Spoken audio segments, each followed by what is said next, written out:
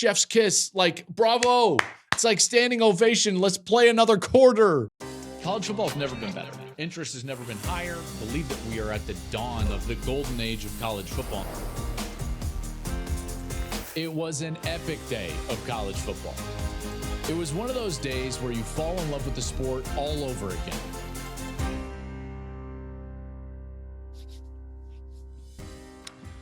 Hey, what's up, everybody? Welcome into the Joel Klatt Show. I am Joel Klatt, and this show is always presented by Hampton by Hilton, and we are back on a Monday. I love these episodes. We've got a lot to react to, obviously. Incredible day of college football. It was so good, and that game Saturday night was so good. As I'm watching in the plane, thank goodness that this airplane actually had TVs that worked. Finally, for goodness sakes, United, are you kidding me?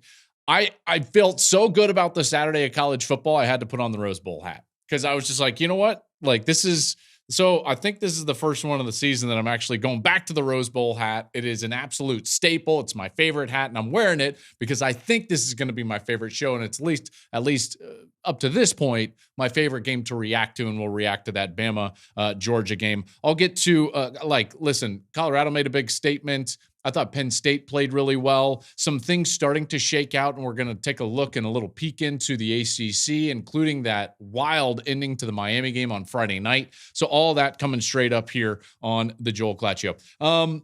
Remember to rate and review us wherever you're listening to your podcast. Why don't you do that? By the way, if you're watching on YouTube, just go ahead and subscribe. Why not? It's easy, and then you're going to be there, and you're going to get all of our content, and it's going to be awesome. You'd be a lot cooler if you did. And then leave a comment below. It'll be fun, and I'll try to dive down there and get into the comments here in the next few weeks. This game that we get to talk about right now is an absolute treat. I have been waiting all day to record this. I record this on Sunday night. You're listening to it on Monday morning. And I have been excited to talk about this game since I was watching it. And I mean, you talk about running the gamut of emotions. Bama at home against Georgia, two powerhouses. You get the whole storylines. We talked about it last week. Kalen DeBoer, Kirby's smart, Kirby's record against Alabama. Was it just against Nick Saban, or was it a Bama problem? All the different angles. And then the game freaking delivered, man. And I got to tell you, it's my favorite thing about this sport is when the game delivers on the hype, what we want, what we hope for, what we dream for. When the game delivers, it is absolutely perfect. And I thought Saturday night was perfect. So here's what I wanted to do. I'm going to try to go through the reasons of why I thought that was such an amazing game. Okay. So the first reason or pillar of reasons here is just like the obvious emotional reasons.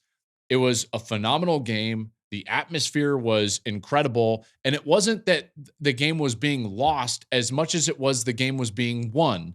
And all of us maybe intrinsically is the right word. I'm not sure if I'm using that right. We gravitate towards these games. I think that any sport, by the way, but this can be college football, it can be anything. We gravitate towards the games where plays are being made versus not made, right? Sloppy games that are close are not great games to watch, and they don't get our emotions going like they did on Saturday night because that game was incredible.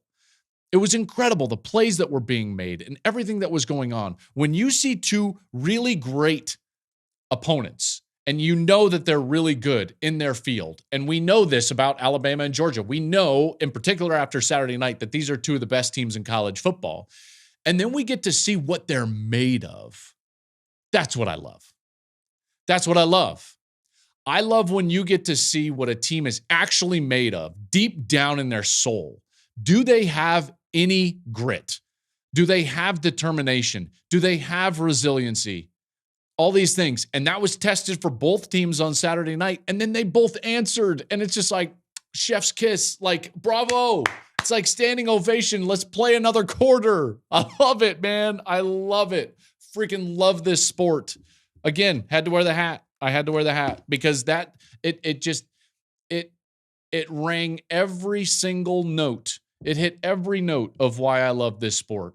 By the way, Bryant-Denny looked to be incredible. I'm watching on a little freaking TV, 30,000 feet in the air with bad audio in the headset, and I'm just like loving it. I'm clapping, I'm rooting for both teams. I'm just like, plays are being made. I'm like, yeah, the guy next to me thinks I'm an absolute psychopath. It's like, hey, if you were in seat 3E on United from Denver, Orange County on Saturday night, apologies, but I was loving life in 3F. That's right. So that's the emotional reasons. And it's everything that I love about the sport. But more so it's that you get to see, it's like you peer deep down into the soul of the team and you get to see what are you actually made of? Does your team have some chemistry to it? Does it have some culture to it? Does it have some belief? Does it have some determination? And then when both of them answer that to the affirmative, it's like, oh, it's so good. The only thing that rivals that is like a heavyweight boxing match when both the guys dig down deep. Like Wilder Fury kind of was like that. Both of them knock each other down, and you're like, that's amazing, right? But this was to that level, or even more so, because both teams just answered the bell. So that's the emotional reasons. Number two, let's get into this. And this is what also makes a great game, and that's when individuals play their best. When we get the stars answering the call of greatness with great play, that's, again, like what I love most about not only this sport, but any sport. And this one was certainly that. Jalen Milroe, nearly 500 total yards of offense and 4 touchdowns. Hello, New York, for Jalen Milroe. Ryan Williams, 17 years old. Dude can't even go in and buy himself anything. I mean, what can you do at 17? Nothing. And Ryan Williams is out there making like incredible plays on the biggest stage. Carson Beck answers the bell, plays horrible in the first half, comes back and plays brilliantly in the second half. The defense for Georgia is decimated in the first half. They come back and they play great in the second half. I loved the individual performances and responses. You know, even in the second half, when it's not going great for Milroe, even though he had a great first half, what do? They answer with the big touchdown. And I'm reminded, like, all of us, when we were kids, we dreamed of doing the things that these guys are doing. And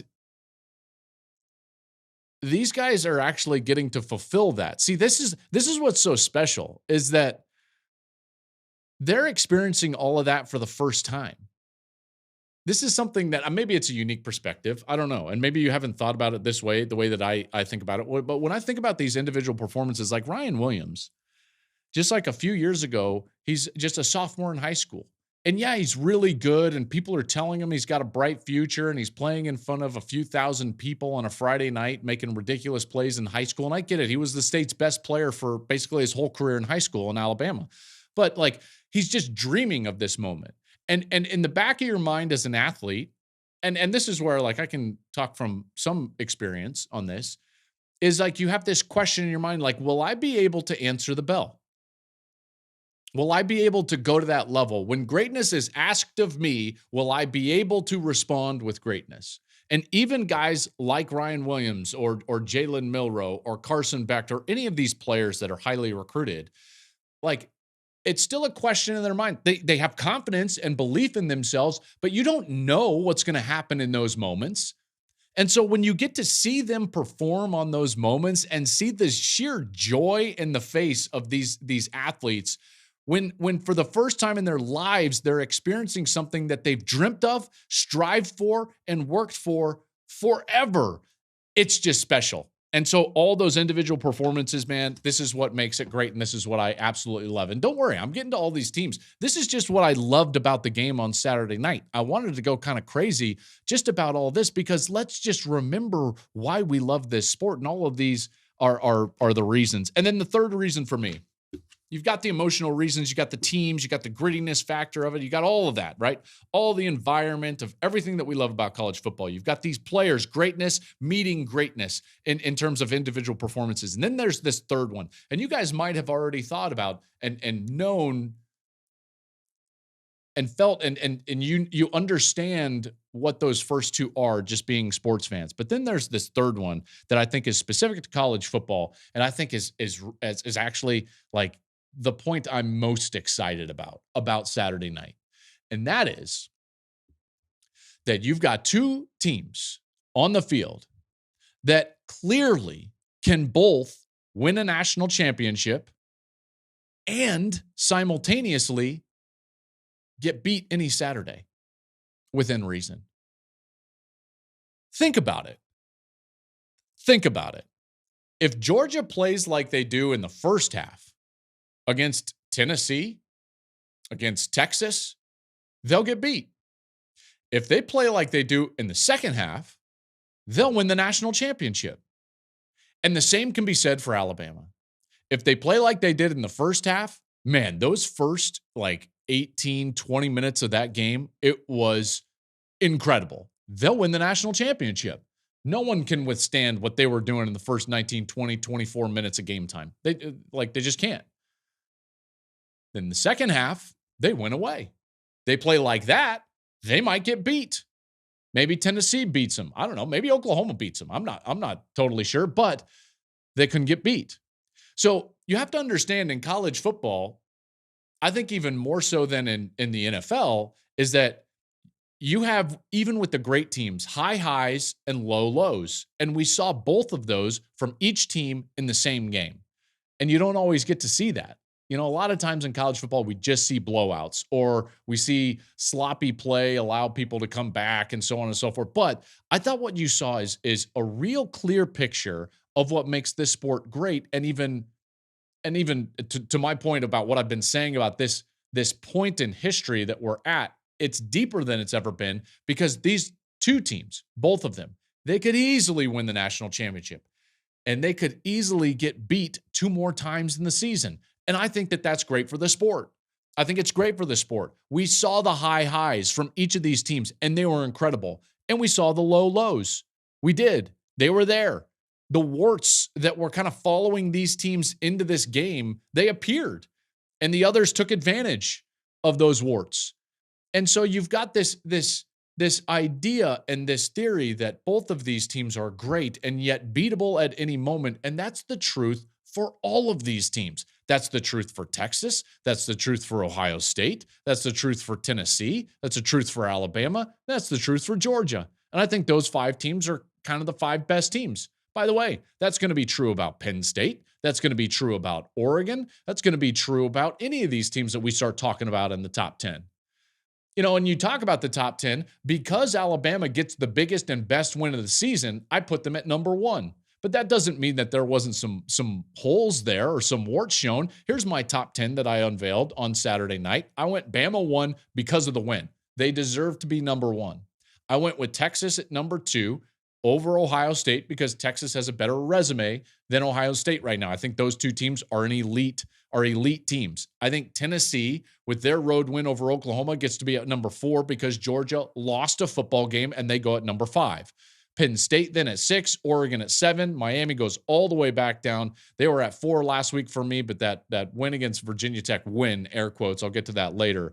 Miami goes down to 8. Mizzou jumps back up into 9. And to be quite honest with you, after you get past 6, 7 right there, it starts to be a real crapshoot. We definitely have a clear top 5 teams in the country, I think. And I think Tennessee has joined that top 5. And then you start to have some questions, although Penn State looks pretty good. And then Oregon at their best, you would expect they can play with any of those teams up high. So there's the top 10. So it leaves us with this question then. I went through the reasons. I've got the 3 reasons, just the emotional reasons of why I love college football and that environment in that game, the individual reasons of why I love college football, seeing these guys star when greatness is asked and greatness is then performed. And then you've got this idea that both of these teams can win it all and get beat at any moment, which I think is fantastic. And so now you get to ask the question, what do we think about these 2 teams coming out of that game? Okay. Now it gets a little bit more interesting. And this is why I did not want to start with this, because what I'm about to say I think is more controversial than what I just said. I think everybody tracks with the 3 reasons that I just said about celebrating what was an incredible game. because it was. Now, if you ask me about the two teams coming out of the game, we get over the emotional high of the game and we sit down and we think to ourselves, okay, let's put ourselves in Kirby Smart's shoes. Let's put ourselves in Kalen DeBoer's shoes, Carson Beck's shoes, Jalen Milroe's shoes. And to me, to be quite honest, it's actually a pretty obvious conclusion. Now, it might not be obvious to everybody, but to me, it kind of stood out as I'm evaluating this game. And that is, I feel better about Georgia than I do about Alabama coming away from that game. I get it. Alabama won, which is why I've rewarded them with that top spot in my rankings. But I also believe that in this sport, and candidly in life, but in this sport in particular, the cream generally rises to the top. So if you asked me about any sort of game, I will tell you that the more snaps that are played, the more times that you play, the more opportunities that you get, generally speaking, the odds are going to favor the better team. So as time goes on, what you will see is one team start to become a better team or reveal that they are the better team than the other. I believe that's what was starting to happen in the second half. Now, if you're an Alabama fan, you are going to be incensed that I have this opinion. And absolutely, you deserve to feel that way because you won the football game. And keep in mind what I said.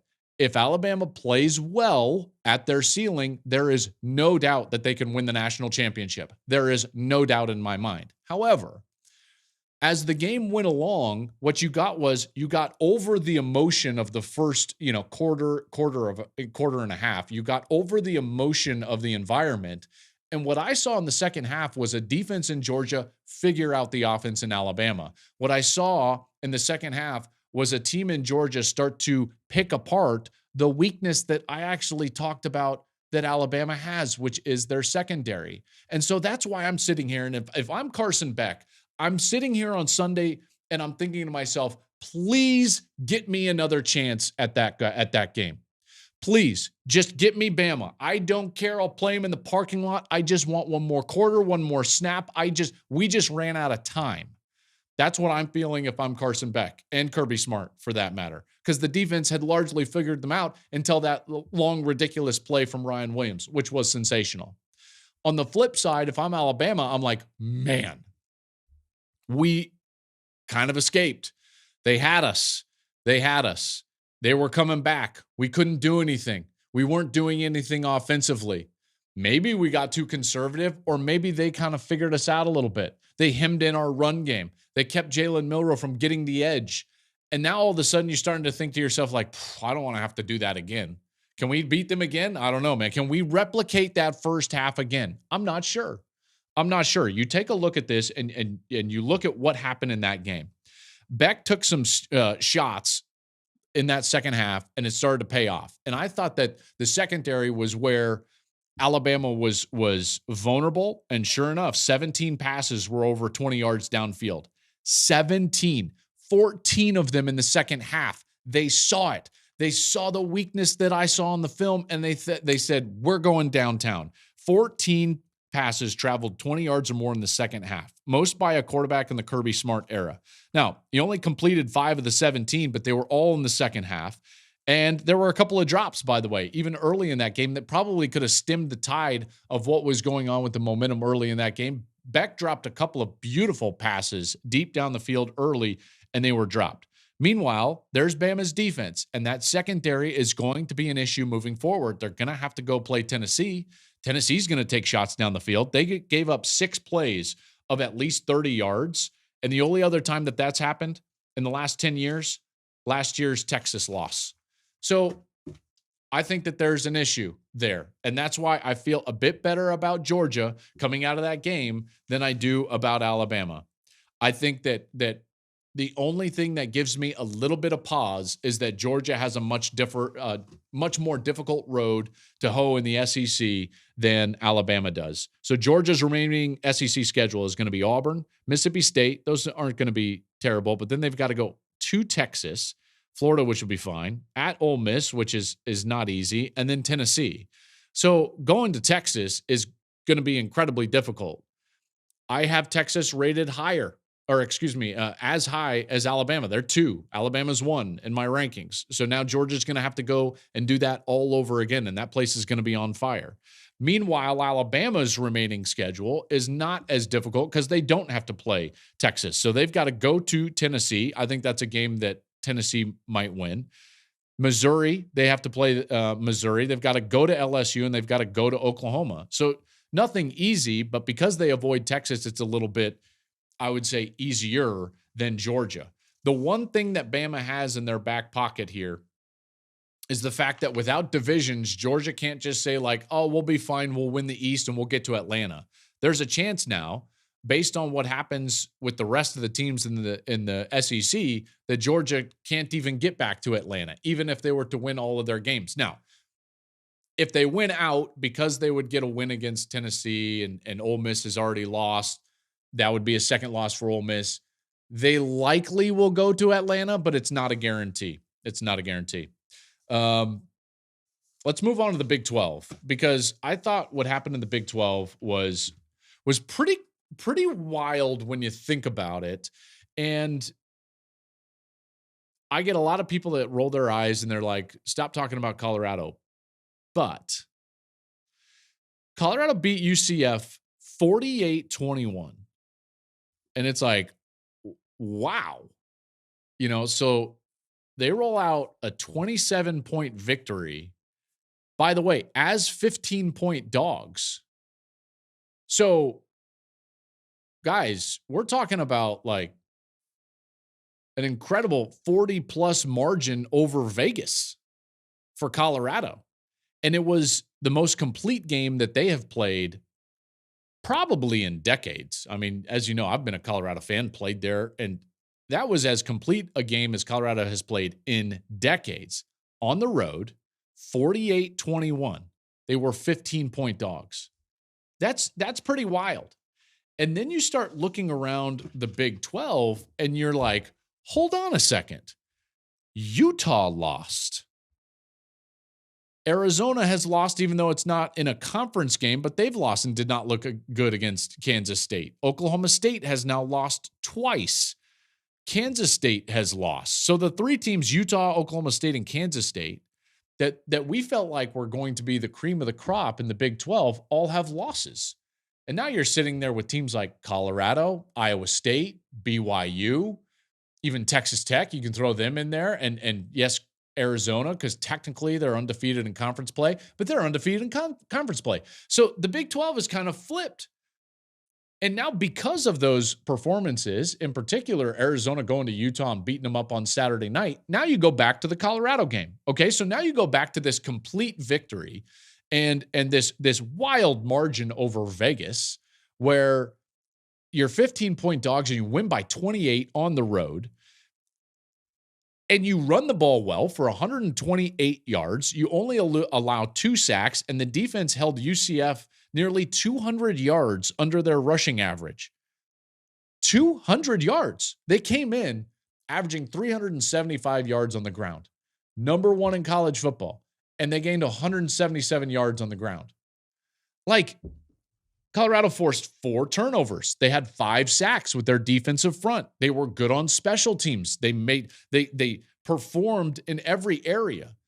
See, this was not a sideshow, folks. This was not a marketing experiment. No. This Colorado team, if they play like that, can beat anybody in the Big 12.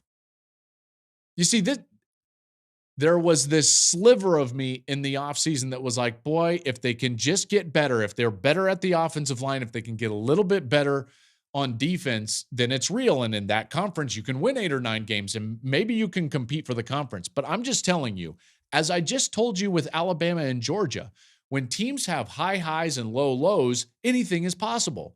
And what Saturday did for Colorado was raise their ceiling. Colorado's ceiling is much higher now than it was before they played UCF.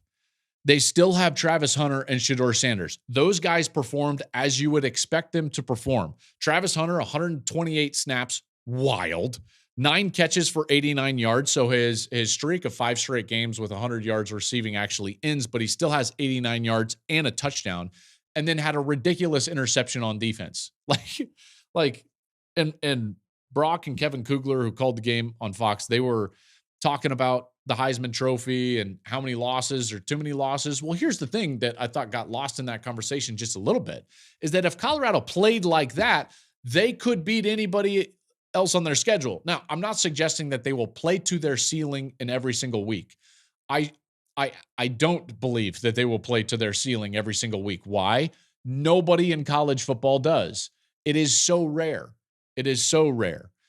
So all that Colorado did is raise their ceiling. I think that we can now increase our potential expectations of what Colorado is in the Big 12. Shedeur was excellent, 80%, 290 yards, 3 touchdowns. He made the one early mistake and they bounced right back. It was the complete effort that everybody has been just kind of like dying for that's a Colorado fan. And everybody that is a naysayer, if you're a Deion hater, Saturday was awful for you. Awful. And it's not just because Colorado won. It's the way in which they won. It was the fact that they were more fundamentally sound, that they had better effort, that they were more physical, that they were better coached in the special teams. It was an all-out victory for Colorado, which all of a sudden makes them a threat in the Big 12. And every hater of Deion Sanders, that is their worst nightmare, for Deion to actually put a product on the field that is not just flash, but legitimate. Because what Saturday was for Colorado was legitimate. It's not just the watches and the clicks and all the stuff and all the marketing. They're brilliant at that, yes, but Saturday was real. Saturday was a real bona fide team with now a high ceiling that can beat anybody left on their schedule. And this is what their schedule looks like. They've got an off week next week. Then they're going to be home to Kansas State, which all of a sudden becomes a massive game. Massive game.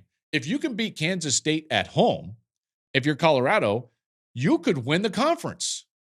Because it's like, well, who is it that you couldn't beat in that conference? You see where I'm going with this? Now, am I saying that they're going to go to the playoff or they're going to win the national championship? No. But Saturday did something to the entire paradigm of the Big 12, and it totally shifted it. When Arizona handles Utah at home, when K-State has already been beaten, when Oklahoma State has been beaten twice, and Colorado goes as a 15-point dog and wins by 28 on the road against a team that was leading the country in rushing yards, it changes the entire conference. So they got an off week. They're home to Kansas State. Then they're at Arizona, home to Cincinnati, at Texas Tech, home to Utah, at Kansas, and then Oklahoma State at home. Not easy. And they might lose 4 more of those because I think their floor is still fairly low. And we saw that against Nebraska. But if they can sit in the upper echelon of their potential, then there's no reason that they can't play really competitively in every single one of those games and probably win at least. I'll be really surprised if they don't win at least 3, probably more like 4, which puts them at 8 wins. And if they play even a little bit better than that, in particular on defense, with the effort that we saw on defense, they might get to 9. That's exactly what I said in the preseason. Tell you, man, that Big 12 changed dramatically on Saturday. And it really, the impetus to the change happened in the bounce house down in Orlando with Colorado. In the Big 10, nothing really changed in the Big 10, but we are starting to see, some of the forest through the trees, if you will, in the Big 10. And you're starting to see it more clearly. And part of that is that this question before the year, at least at the top of the conference, for a lot of us was, is Penn State really going to take the next step? Are they really going to get over this hump and put a product on the field that could potentially challenge the top end of the conference? Because even though they've played right below Ohio State and Michigan the last couple of years, and the games were fairly competitive, they didn't win them. And it wasn't, I can just, like, Michigan and Ohio State respect Penn State, there's no doubt, but they were never in a position where they felt like, oh man, like, we've got to go play Penn State. Now it might be different, because what I saw on Saturday from the Nittany Lions was a really thorough beating of Illinois. And that's an Illinois team that I was impressed with. Remember, Illinois comes into State College on Saturday night with 2 ranked wins in their resume. They had beaten Kansas, which was ranked, which doesn't look great now, but at the time I thought looked good. They beat Nebraska on the road in that hostile Friday night environment. And then now they go to Happy Valley, and I thought Penn State just kind of handled them. The score 21-7 was not indicative of the game. I thought Penn State handled the line of scrimmage. Their run game was really good. Nick Singleton looks like the true freshman version of Nick Singleton. The defense was flying around as you would expect them to fly around. We're seeing a clip on YouTube right now, Abdul Carter. He is an absolute man-child, whether he's rushing the quarterback, whether he's in coverage. They got turnovers. They're athletic. Like, Penn State, to me, looks like the team I've always hoped Penn State would be. The offense is throwing the ball down the field. You start studying them on tape, and you're like, okay, this is the Drew Aller that I was hoping to see last year. The run game is more explosive. Andy Kotelnicki at offensive coordinator, it's starting to work.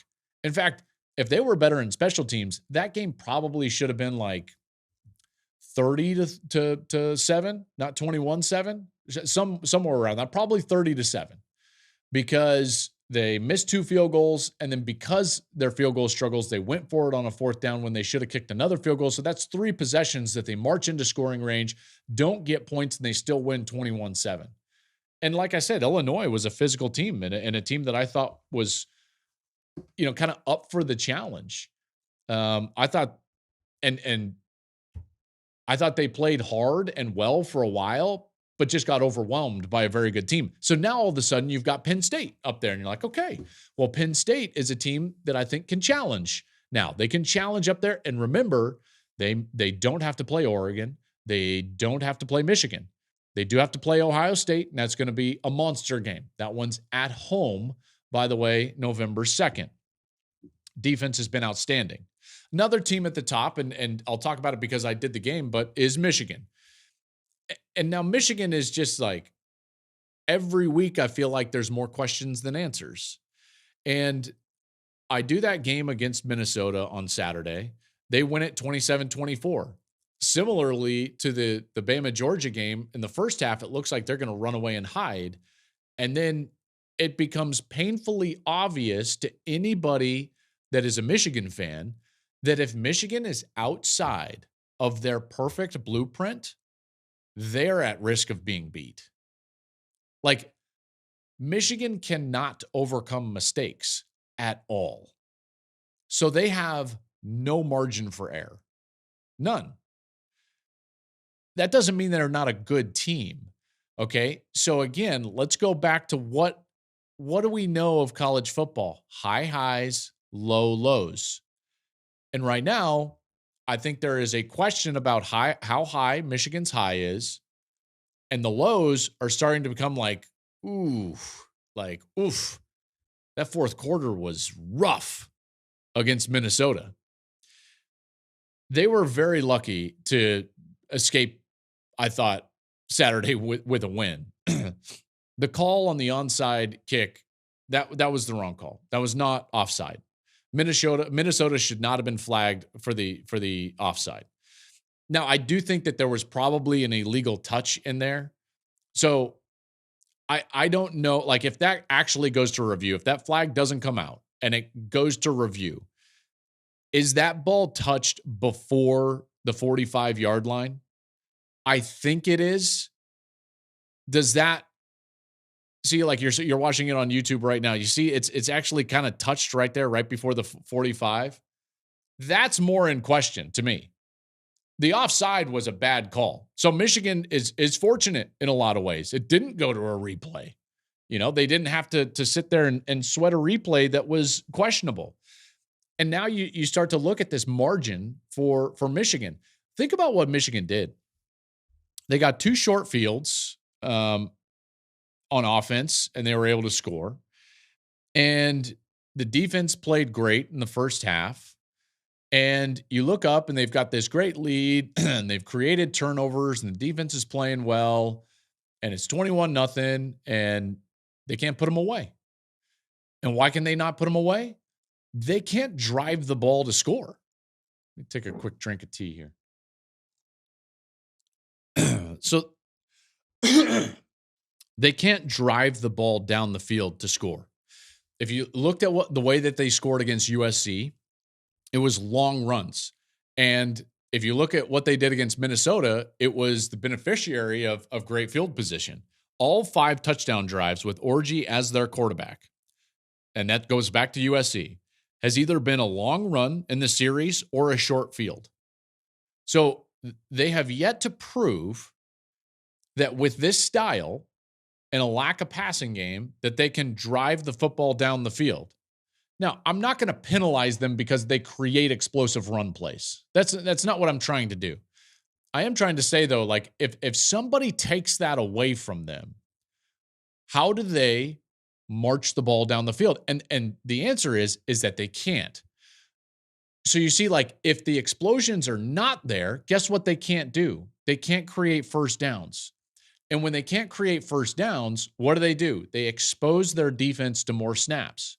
And when they expose their defense to more snaps, what also gets exposed? The lack of depth as compared to last season on their defense. So now all of a sudden the defense gets tired. Minnesota starts using tempo, and now they don't have an answer. That's why there's no margin. If they don't create big runs or create short fields, Michigan's going to get beat. Okay? So, like, this is a team with no margin for error. And when the defense got tired against, by the way, both the last 2 weeks, USC and Minnesota, they gave up both games, 3 in the first half, 21 in the second. Why? Because the offense can't sustain drives. They can't sustain drives because they cannot throw the football. All right. And like, I know there were some things there. Alex Orji missed some. He had Donovan Edwards on a wheel route, should have hit him. Same play that he threw the interception. And listen, like, that's going to have to get corrected. It's going to have to get corrected. So Michigan playing with very little margin right now. And because of that, in good conscience, like, they're not a threat in the Big Ten.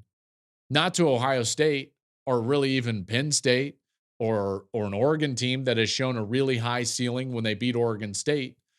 Like, that margin's going to have to change. They're going to have to prove that they can drive the football down the field, because driving the football down the field is their blueprint. They've got to remove those snaps from the defense. Meanwhile, up in East Lansing, Jeremiah Smith was going bonkers. I talked about Ryan Williams and how special he was at the beginning of this show, the freshman receiver for Alabama, and he is special. Jeremiah Smith is wild.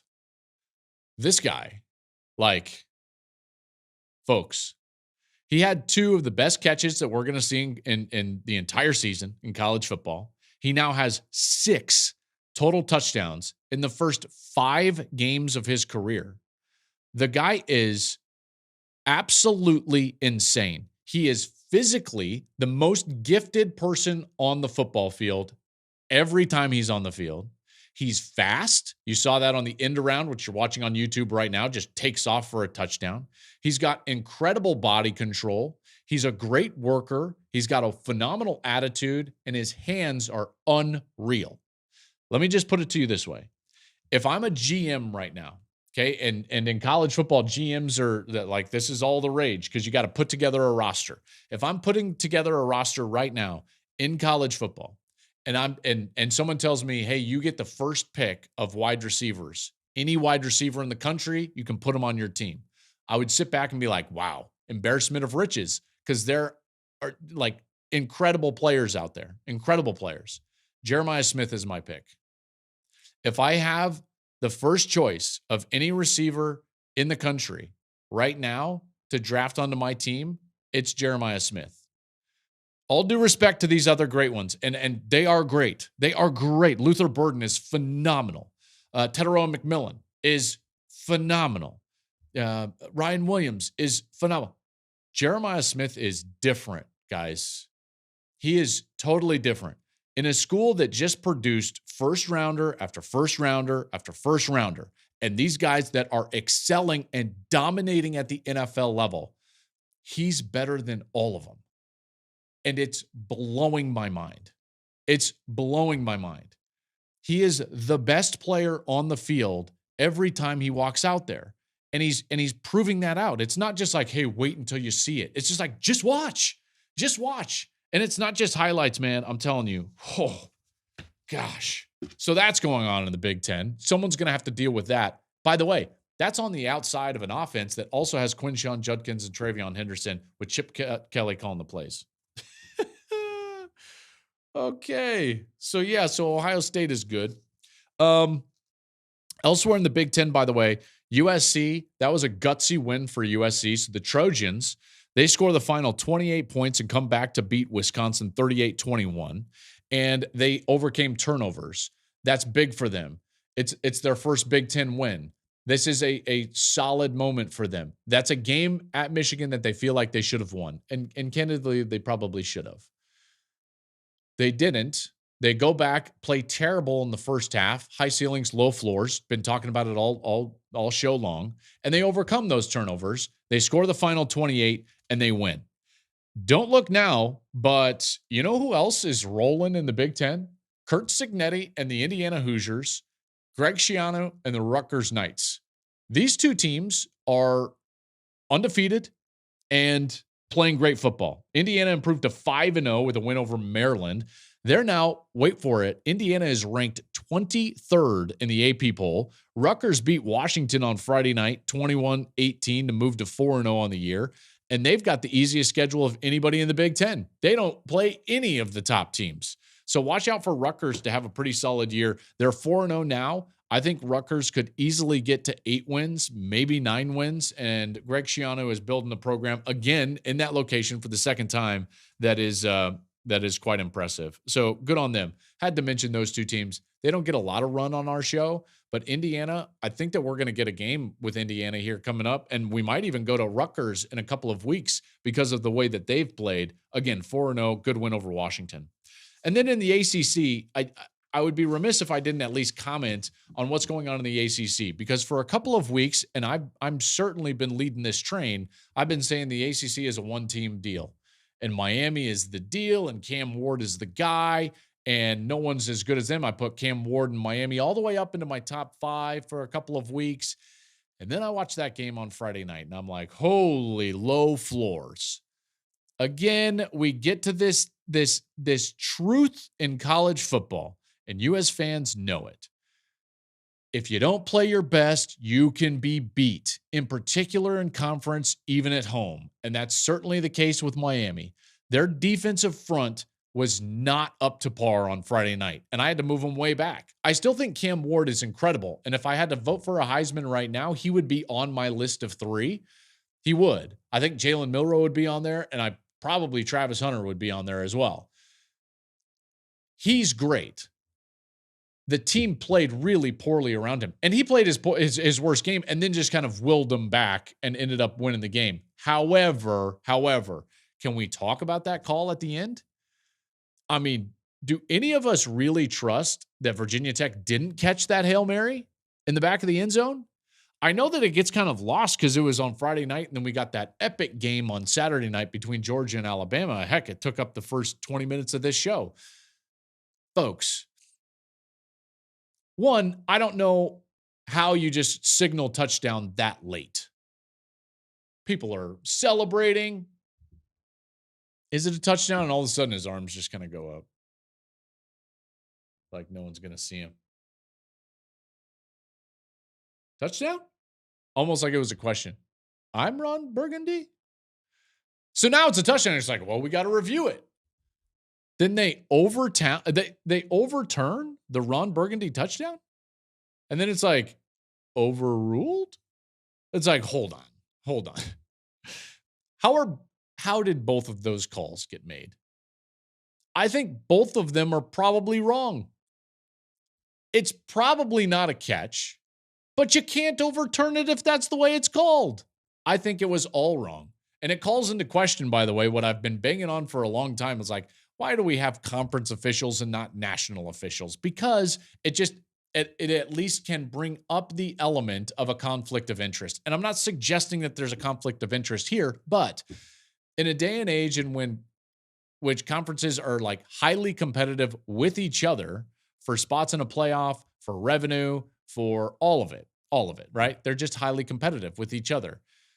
And now all of a sudden you get your officials and your replay center involved in a call with the team that is your highest ranked team. That's a conflict of interest. This is why we should change the way that we have officials slated and governed in college football. It should be a national officiating body in college football. So after Friday night, Miami plays like that. And I'm like, well, geez, what's going on? Well, hold on. Where's the spoon? Where's the spoon? The spoon is Clemson. Clemson quietly is sitting there, and all of a sudden, here's Clemson, and they're just getting better, and they're getting better, and they're getting better, and they're like a slow boil, folks. Okay? Were they boiling against Georgia? Nope. They were just a still pot of water. But guess what? At 210 degrees, nothing happens. At 212 degrees, you can power a locomotive. And all of a sudden, Clemson is starting to bubble, and they're starting to bubble, and this offense is starting to bubble, and Cade Klubnik is starting to bubble, and Garrett Riley, and now all of a sudden Dabo, and he doesn't need his transfers, and it's working, the culture and the family, and we're all in, and all of a sudden we're bringing our own guts, and guess what? It's starting to bubble. Now all of a sudden the ACC becomes a little bit more interesting because now I think it's a two-team race, and you can't convince me that if they played right now that Clemson wouldn't beat Miami after what I saw on Friday night. High highs, low lows. I understand. I saw a low from Clemson. We saw it early, and so that's what we thought that they were. And we said, nope, you're out. We're done with you, Clemson. You don't get transfers. Nope, absolutely not. And we said, you are your low. But in reality, it's college football, and there's some level above that, and we're starting to see that level above it, and it might be higher than even Miami's. Now, Miami, I think, still has the better quarterback. I just now think it's a two-team race in the ACC. Clemson averaging 55 points per game since that loss to Georgia. 212 degrees. Let's go. It's been a slow boil, folks. Clemson's been on a slow boil. By the way, that 55 since the week one loss to Georgia. I'm trying to talk fast. It's number one in the country. So nobody's been playing better offense since Georgia smacked them. Now, have they played anybody? Probably not, folks. And you can roll your eyes all you want. But when a team just goes back to work and they get better and better and better, that's what it's all about. That's what it's all about. We wrote them off, and now they're back. It's been the slow boil. And now Clemson will forever, at least this season, be the little engine that could. 212 degrees, boiling point of water. That'll do it for today's show. We've got a lot coming up this week. We're going to revisit now after the first month of the season. We're heading into October, which means we got to start peeking at the playoff here a little bit and revising maybe some of our predictions of who might be in the playoff, who's the first four out, maybe the next four after that, and starting to take shape here as we've got conference play starting to open up. And I tell you what, these games get better and better, in particular when we get into conference play. Remember to subscribe on YouTube. Remember to follow us on social media at Joel Klatt Show. And remember to come back on Wednesday because we're going to have a great show then as well. Have a blessed day, everybody.